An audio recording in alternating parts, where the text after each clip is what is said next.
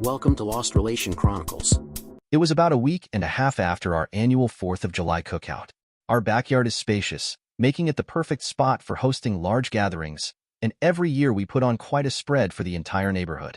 It's a tradition of ours to invite everyone, even the neighbors we don't typically socialize with throughout the year. As usual, the cookout had been a hit, plenty of good food, laughter, and a relaxed atmosphere. By all accounts, it was another successful event. Now, several days later, it was a laid-back Sunday afternoon. My wife, Becky, and I had spent the morning running errands. We'd done some shopping and had lunch at the mall before returning home. With nothing else on the agenda, I was looking forward to a peaceful afternoon unwinding in front of the TV. The idea of sinking into the couch and losing myself in a game or movie felt like the perfect way to cap off the weekend. But, as luck would have it, just as I was getting comfortable, the doorbell rang. With a groan, I started to rise, but Becky had already sprung into action and was halfway to the door. Curious, I followed her to see who it was. When Becky opened the door, I was surprised to see Mark Diaz standing on our porch. He and his wife, Lisa, had attended the cookout, though we didn't usually interact with them much outside of neighborhood events. While polite and friendly at gatherings, I always felt a bit wary around them. Mark and Lisa were known to be members of a swingers club in the city, a lifestyle choice I personally didn't understand or agree with. It wasn't something I held against them, exactly, but it did keep me from forming any real bond with them. As a result, we had a cordial but distant relationship. Mark stood there with a casual smile, his hands tucked into his pockets as though he had all the time in the world. It wasn't often we had unannounced visitors, so I couldn't help but wonder why he'd stopped by, and what this unexpected visit might mean for our otherwise quiet Sunday afternoon. Becky greeted Mark with a warm smile and promptly invited him inside. Not wanting to appear unfriendly, I welcomed him into the living room and gestured for him to take a seat. Almost immediately, Becky asked Mark if he'd like a beer. That caught me off guard. We never kept beer, or any alcohol, for that matter, in the house. If friends were coming over for drinks, they knew to bring their own, or I'd make a quick run to the store a few blocks away. But having it readily available? That was unusual. Mark accepted her offer, and Becky disappeared into the kitchen, returning a moment later with a beer for him, and one for me as well. I thanked her, still a bit puzzled, and was further surprised when she settled down next to me on the couch. Normally, Becky would leave me to man talk and find something else to do if we had company. Today, though, her body language suggested she was both engaged and slightly uneasy, leaning forward with a subtle tension in her posture. Mark, now seated comfortably in the armchair at an angle to the couch, wasted no time getting to the point. "Alex," he began with a smile, "I'm sure you've heard the rumors about Lisa and me." I opened my mouth, ready to say something diplomatic about not listening to gossip, but Mark carried on before I could get a word in. "Well, those rumors? They're true. Lisa and I are part of a swingers club, and we've been active in it for about a year now. Honestly, it's been incredible for us. We love each other deeply, and this has added a whole new dimension to our relationship. It's always done with mutual consent and full transparency, and, to be honest, it's brought us closer together. Every time we come back from the club, we're more passionate with each other than ever." His candidness caught me off guard. It wasn't every day that a neighbor openly shared something so personal and unconventional.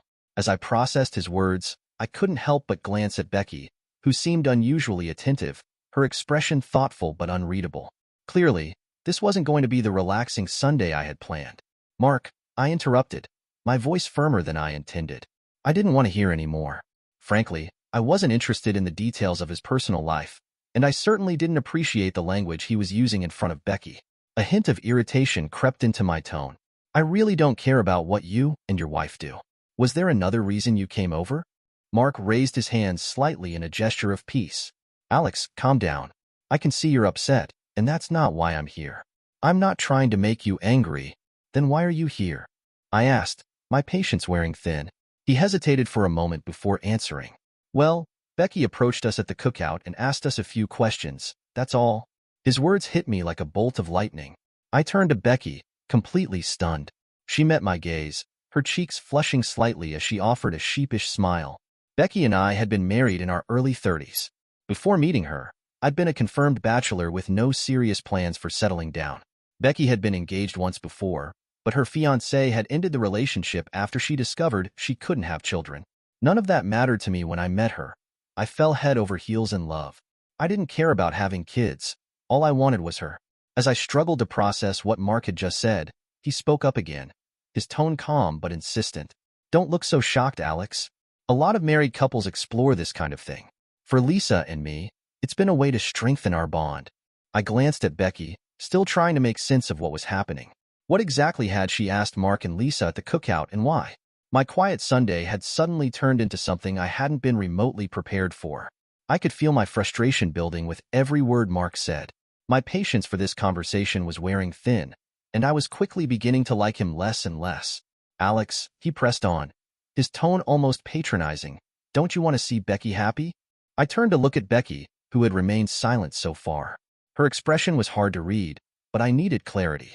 You're not happy making love with me? I asked her directly, my voice tinged with both hurt and confusion. She reached out and placed a hand on mine, her tone soft and reassuring. Of course I'm happy, honey. I love having sex with you, she said. Then she hesitated, glancing briefly at Mark before continuing.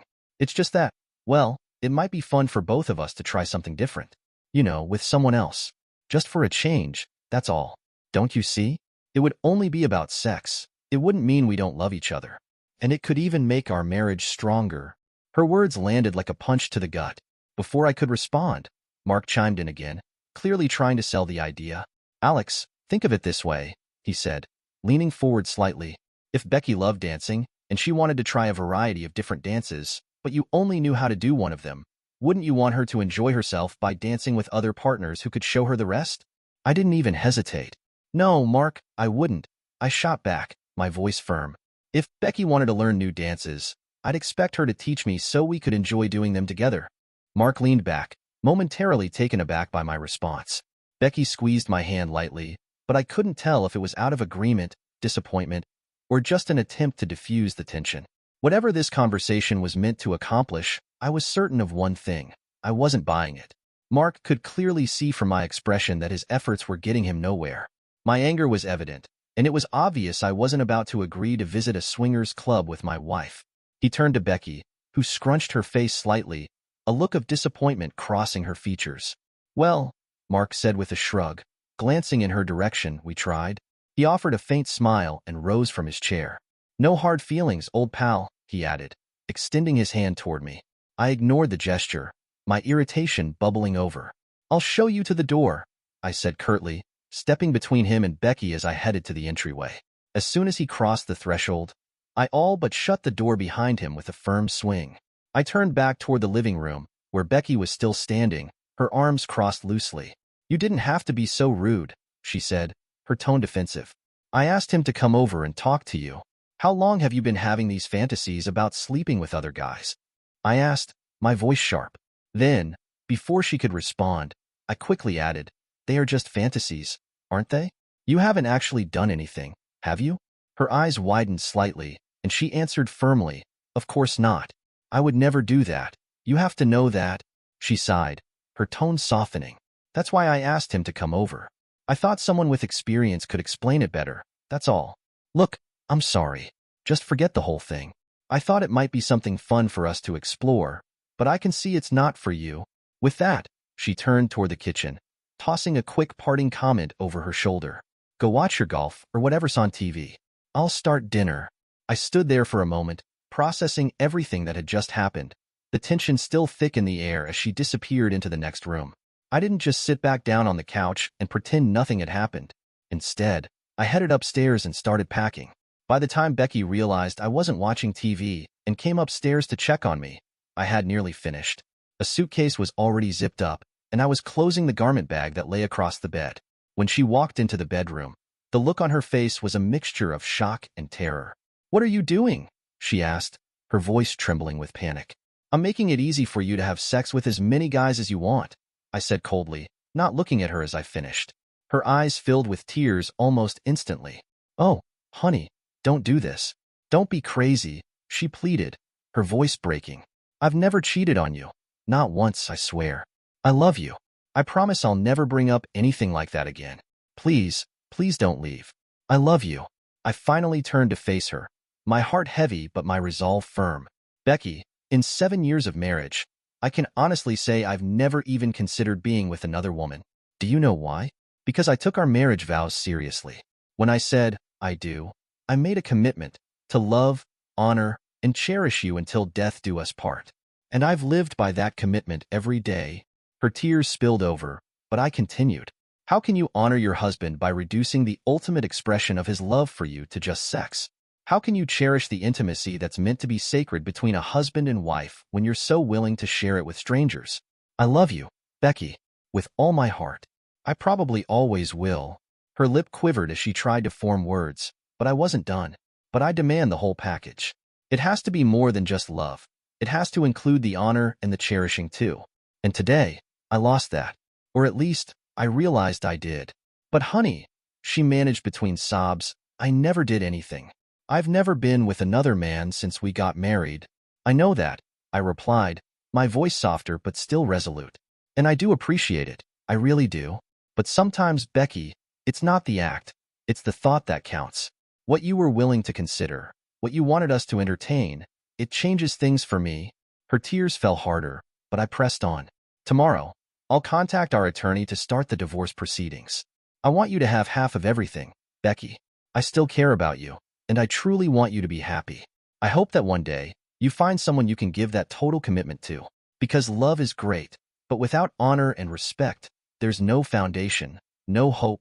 She collapsed onto the bed, sobbing uncontrollably as I turned and walked out of the room, leaving her behind with the weight of what had been lost.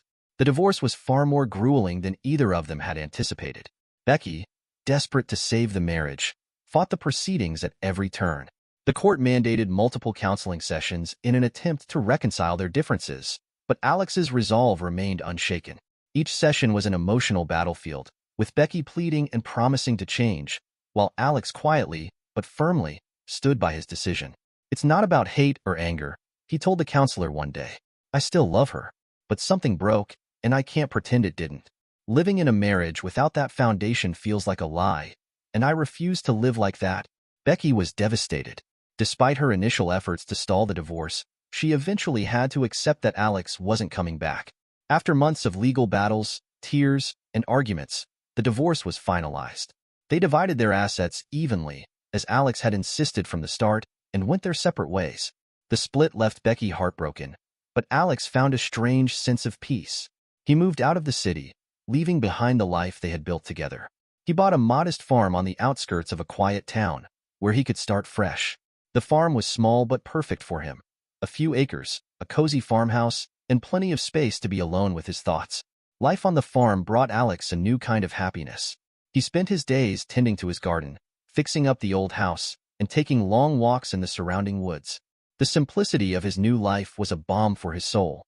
Occasionally, neighbors would stop by to say hello, or a delivery person would ask why someone like him had chosen such a remote place to live. "I've had enough of people," he'd say with a small smile. "I'm happier this way." Though he was alone, Alex didn't feel lonely. The quiet gave him space to reflect and heal, and the farm gave him a sense of purpose. For the first time in years, he felt free. Dear listeners, please share your thoughts in the comments section below, and don't forget to like, share, and subscribe.